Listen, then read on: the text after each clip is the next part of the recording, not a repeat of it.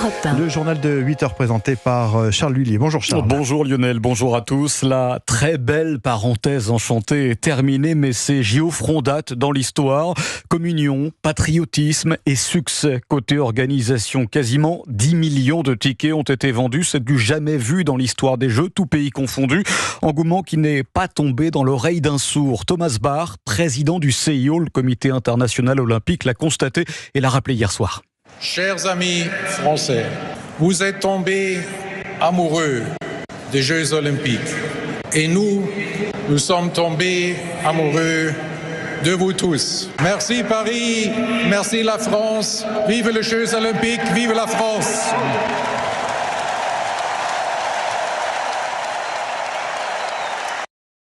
Voilà pour cette réaction au micro de nos confrères de France Télévisions. Thomas Bach, qui lors de son allocution hier soir à cette cérémonie de clôture des Jeux, a constaté ce moment de 2 heures grandiose, mis en scène par Thomas Joly. Tom Cruise est notamment descendu en rappel depuis le toit du Stade de France. Il a, de matière un peu métaphorique, c'est vrai, emmené le drapeau olympique à Los Angeles, lieu des prochains Jeux. Cérémonie qui a tout simplement bluffé les spectateurs. C'était assez varié, donc c'était cool. Les anneaux qui sont montés, personne s'y attendait, et les voir comme ça dans le ciel du stade, c'était incroyable. Évidemment, il y avait plein de nationalités différentes, super bonne ambiance. C'est ça qui est chouette dans ces moments-là, quoi. Tout le monde se rassemble et ça fait du bien.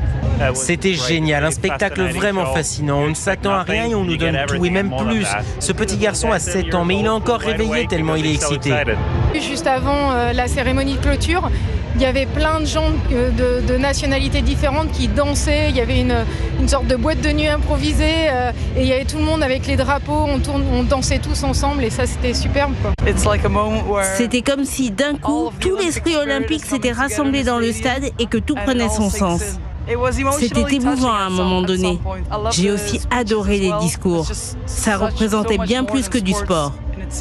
Des propos recueillis par Yoann Madec. Et c'est déjà l'heure du bilan donc pour la délégation française. Avec 64 médailles, la performance de Pékin a été pulvérisée. Ajoutez à cela une très belle 5e place au tableau général. Nos athlètes tricolores Martin Lange ont battu tous les records. Premier jour et première médaille pour Chérine Broukli en bronze au judo. À peine 3 heures plus tard, les rugbymen arrachent l'or au Stade de France derrière un immense Antoine Dupont. Beaucoup de fierté de pouvoir remporter une médaille olympique, une médaille d'or à domicile devant notre public, avec nos familles, nos amis qui étaient présents. C'est des moments uniques. La dynamique est lancée, les médailles s'enchaînent, notamment en natation où le phénomène Léon Marchand les collectionne. 5 dont 4 titres du jamais vu pour un athlète français. J'ai profité de tous les moments avec le public, que ce soit les jeux à la maison, c'était une chance pour moi. La dernière fois c'était il y a 100 ans, 1924, donc vraiment d'arriver à ce moment-là au bon moment et d'être en forme, c'est incroyable. Le vendredi 2 août restera comme une date marquante de ces Jeux. Un triplé en BMX, 8 médailles et un 3e titre individuel pour Teddy Riner. Le public français est en liesse. Le lendemain, c'est toute l'équipe de France de judo qui terrasse l'ogre japonais derrière un incroyable Johan Benjamin Gaba, double médaillé surprise de ces Jeux.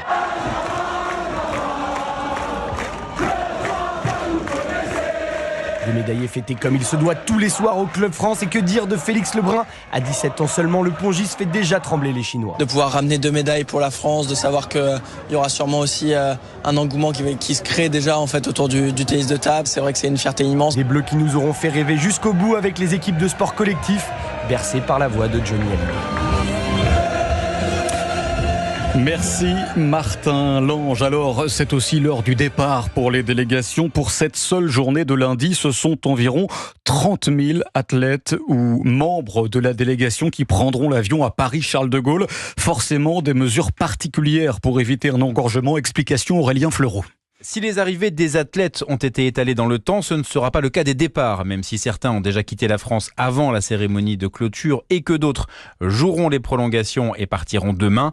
La très grande majorité des acteurs de ces JO partira aujourd'hui dans les aéroports de Roissy et d'Orly. Le choix a été fait de totalement séparer les délégations des touristes. Le départ se prépare dès le village olympique, détaille Edward Arkwright, directeur général exécutif du groupe ADP. Au village olympique, il y aura 9 positions d'enregistrement et 3 dans des lieux spécifiques de type Vers-sur-Marne. Ensuite, les bagages seront pris en charge, emmenés dans des containers scellés jusqu'à ces bagages factory. Dans cette bagage factory, vous avez une ligne métallique, un mur avec des grillages très serrés au-dessus, qui assure la frontière. Ensuite, il est vérifié par des machines de sûreté, des machines 3D, comme dans des infrastructures bagages normales. Des bâtiments montés spécifiquement pour ces départs massifs, en prenant également en compte la difficulté d'avoir à gérer plusieurs milliers de bagages hors format, comme des canoës, des vélos ou encore des perches. Aurélien Fleureau. Fin de la trêve olympique et reprise des tractations politiques. Le feuilleton Matignon, un peu zappé pendant les Jeux, va donc reprendre. Emmanuel Macron recevra ce matin à l'Elysée tous ceux qui ont contribué à cet événement.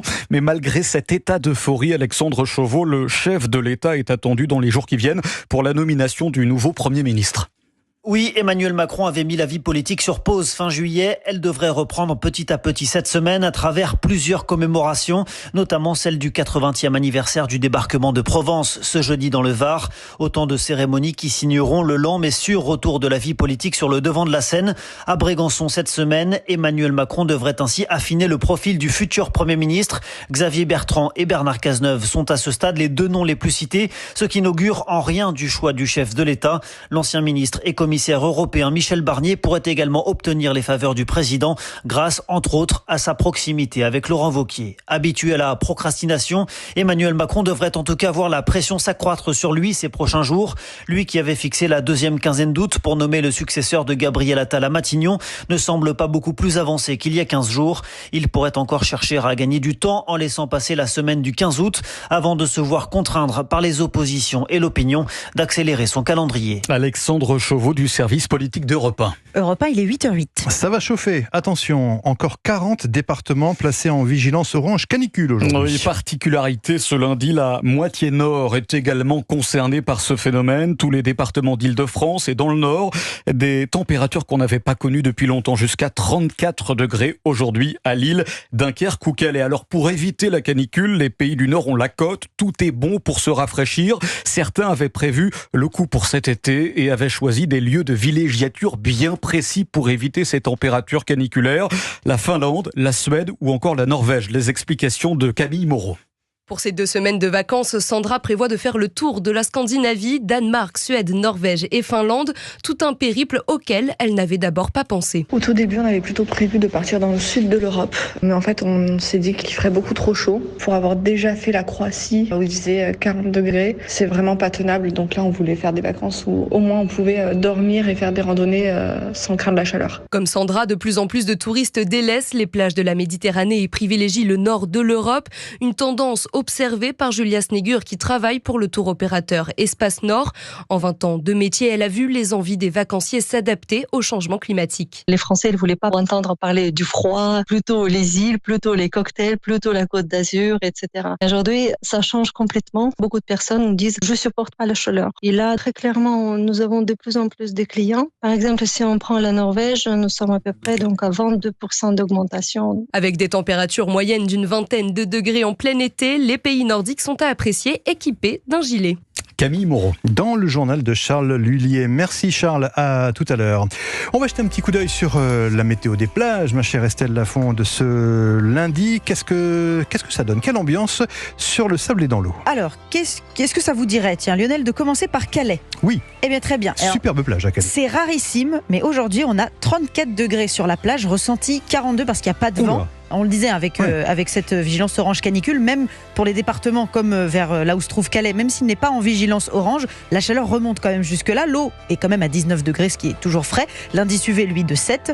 Si vous êtes du côté des Sables d'Olonne, le vent se lève cet après-midi, 45 km/h en rafale.